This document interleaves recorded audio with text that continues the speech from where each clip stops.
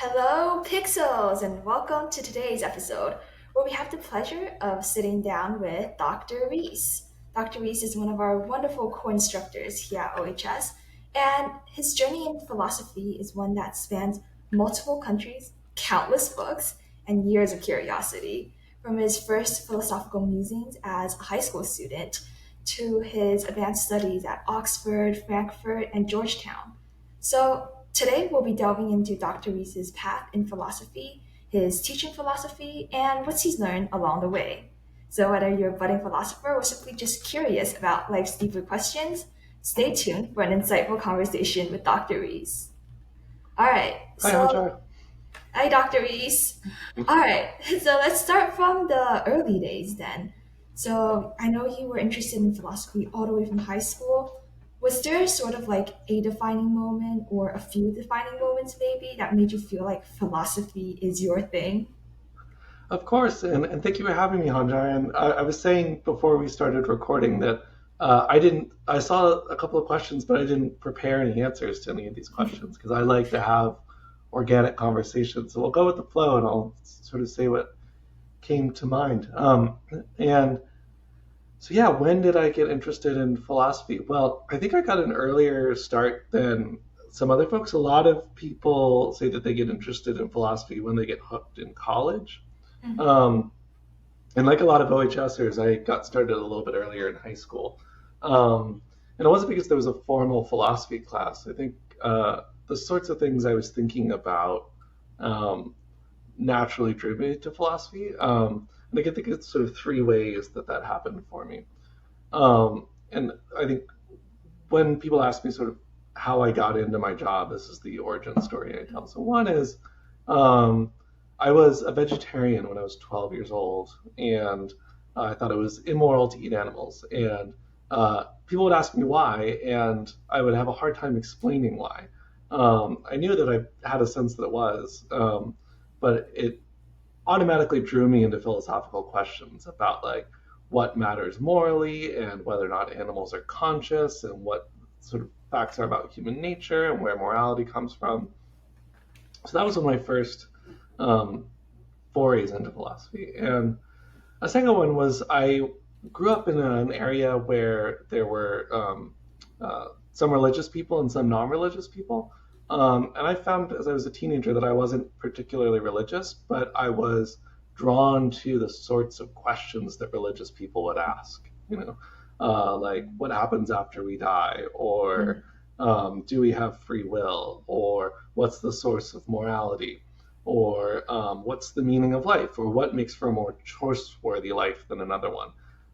And so I found that philosophy was like a natural fit for me in answering those sorts of questions, uh, but in a non-religious context. And a third way that I got into philosophy was I had an experience I remember to this day where in 10th grade, I suddenly realized that there was no way that I could prove to myself that I wasn't dreaming, and it freaked me out. And I started thinking about it all the time, and I was distracted and couldn't pay attention in school that day because I was like, I can't.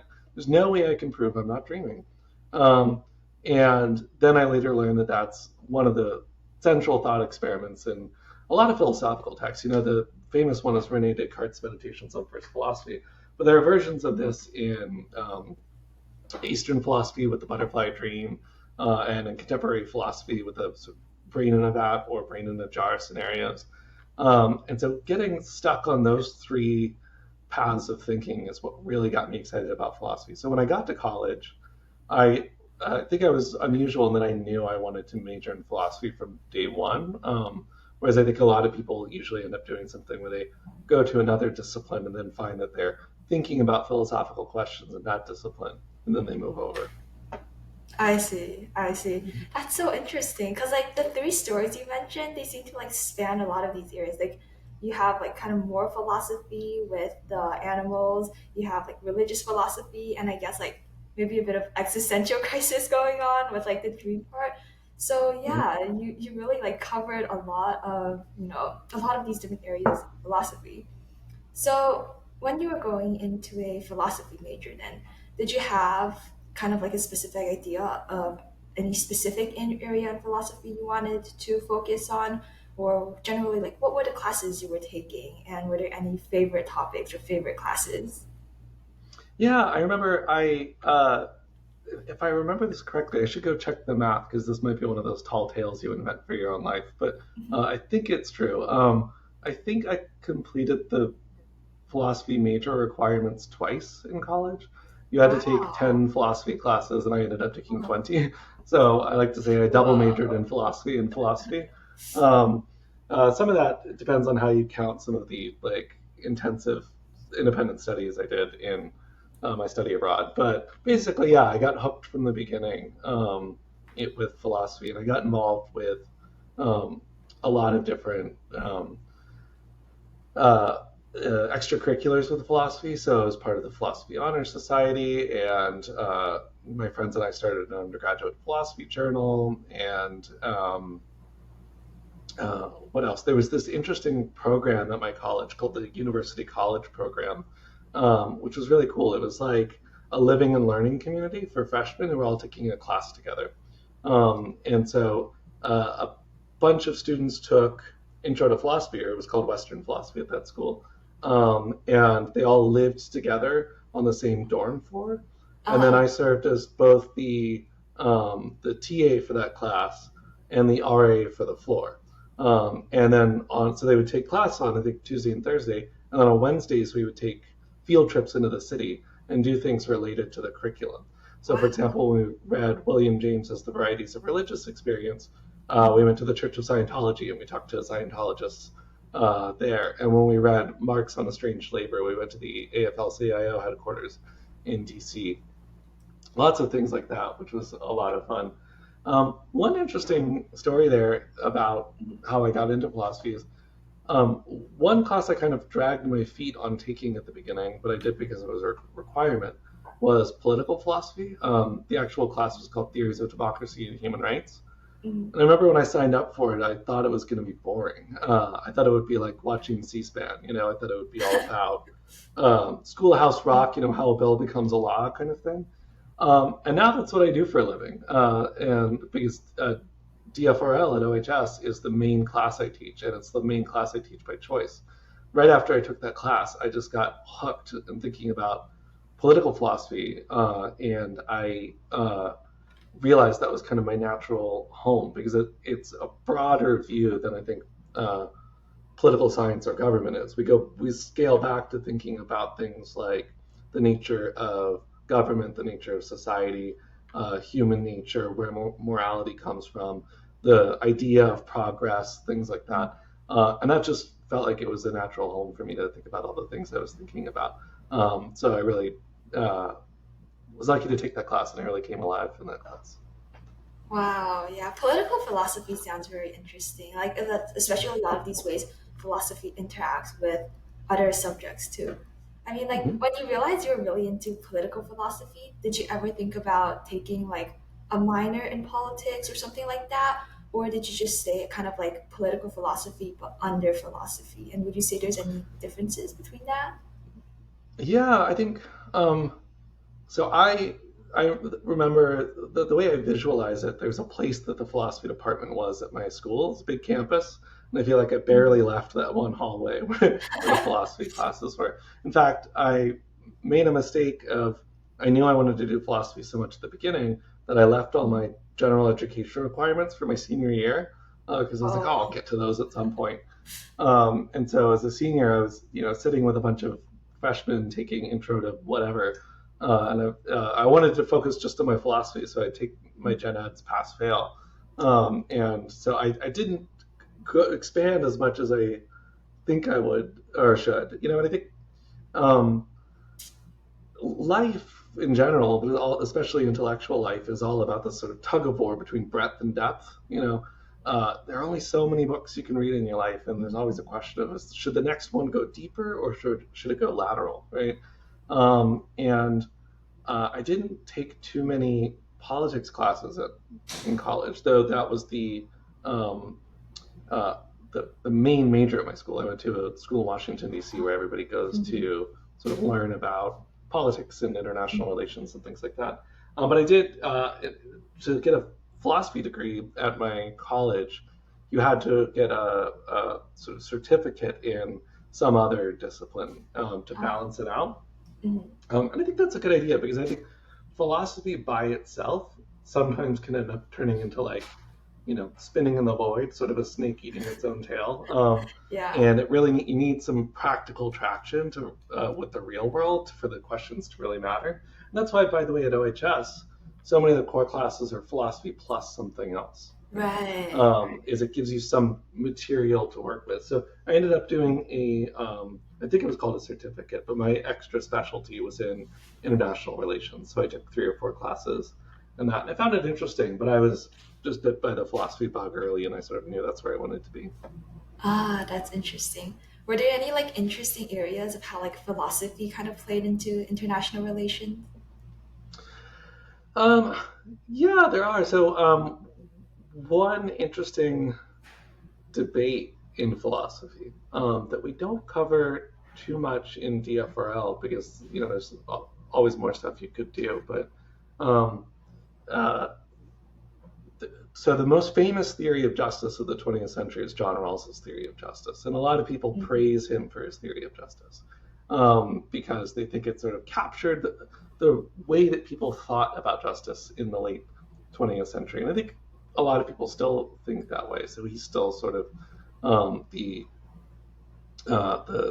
holds the title for sort of articulating the way that people think about things these days.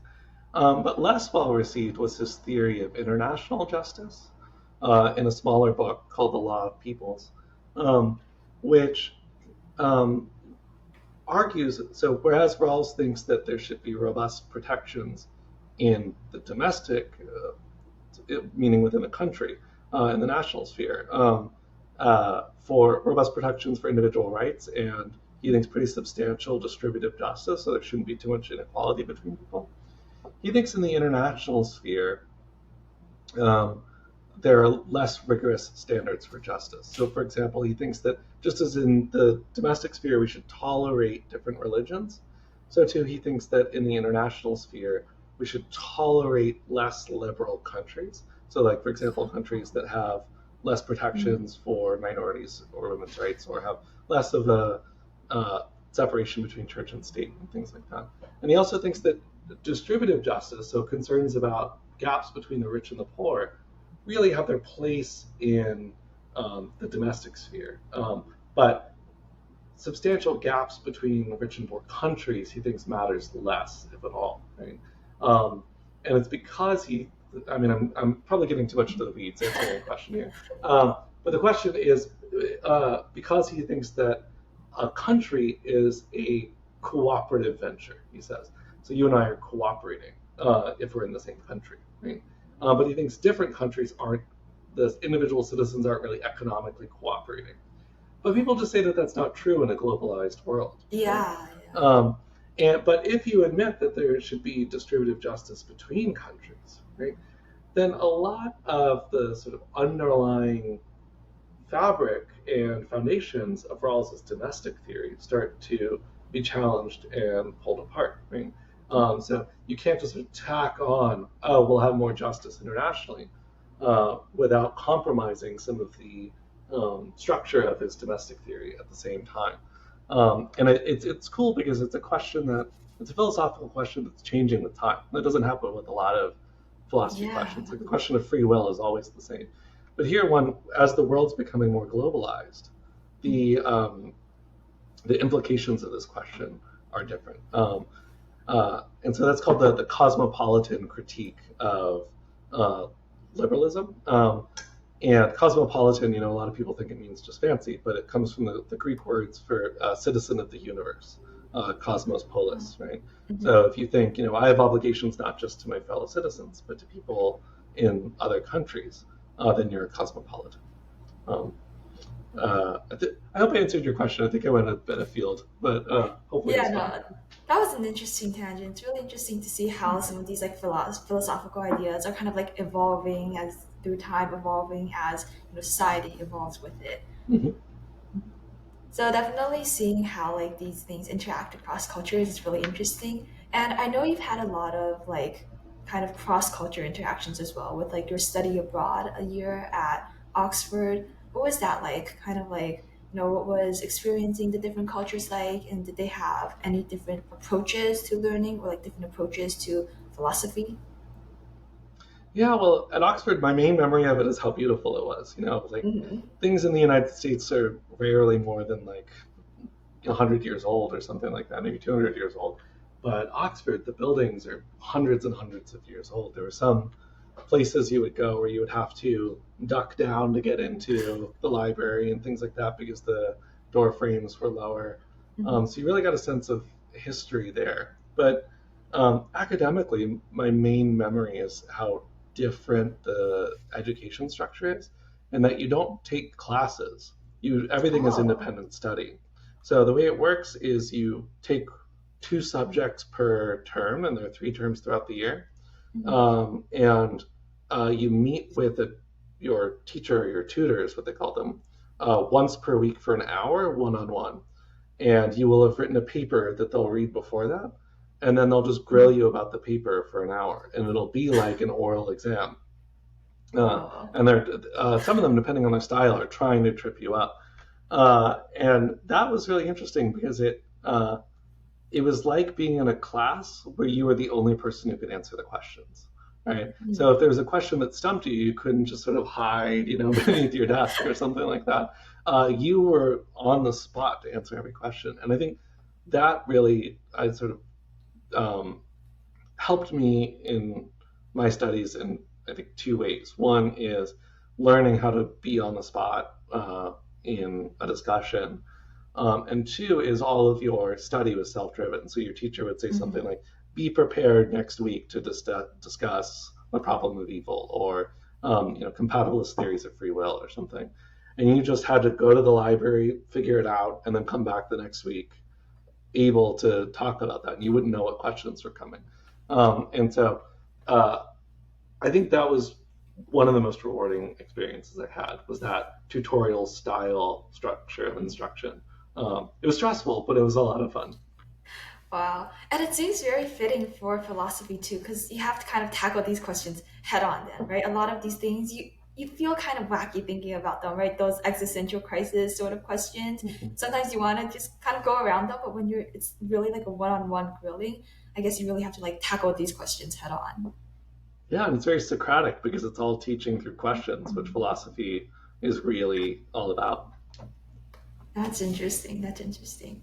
So, how would you say kind of like this study abroad experience compares to your later one? I think like during your graduate research, kind of going to Frankfurt University in Germany, you know, Mhm.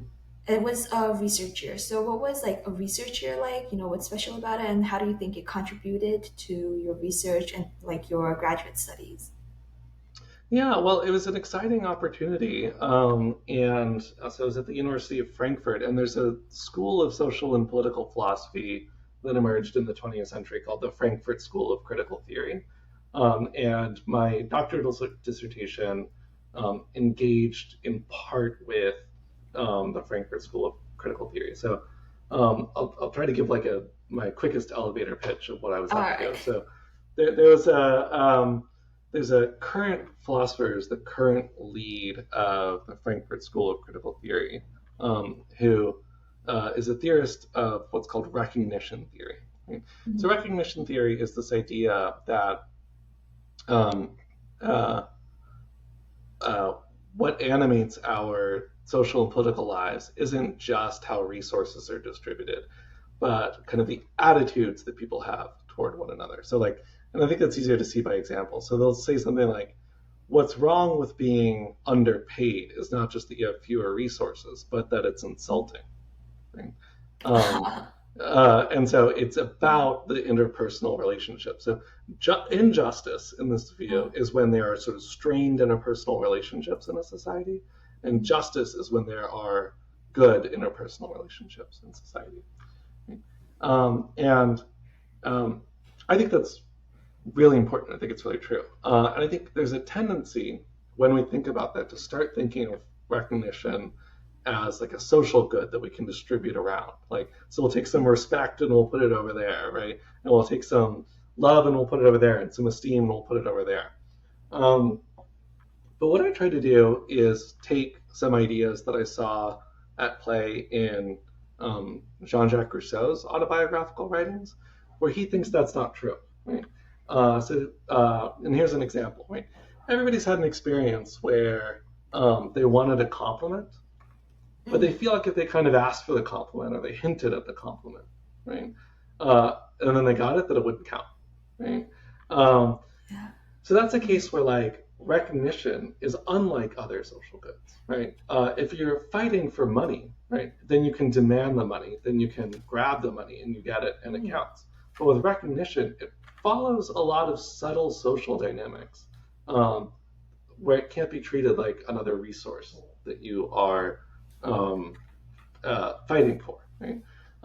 So you can't demand recognition, for example. Right? That's sort of a contradiction. Right? So I saw mm. things like that implicit in a lot of Rousseau's social texts, and I tried to draw it out and show how it complicates treating recognition as a resource that can be distributed or demanded. And so Frankfurt was a great place to talk about that. You know, it was like at the other schools I had been to, there might have been like two or three people who wanted to talk about Frankfurt School social theory. But when you got to Frankfurt, they would have a weekly seminar, 50 people at a round table, which was really cool because it was people coming to Frankfurt from countries all over the world.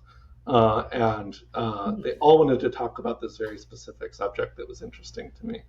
Um, that was one impression I got. And another one was um, that I'd only well, that's not true. I was about to say I've only studied in the United States, but I also studied in England. But anyway, uh, the sorts of political priorities and the sorts of concerns about justice Mm. that people brought up as examples were really different in Germany at the time. So, for example, the refugee crisis was Mm. something that really loomed large in their thinking about justice.